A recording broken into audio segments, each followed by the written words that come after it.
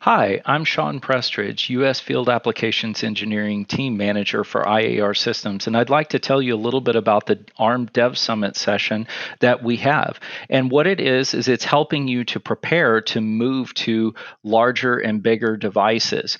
And to that end, what we're going to talk about is code quality, because upping your code quality game is going to make it easier for you to migrate that source code into a larger device. In addition to that, we're going to talk about how you can easily use these tools to go into a functional safety setting if your device requires, or if your end project requires that.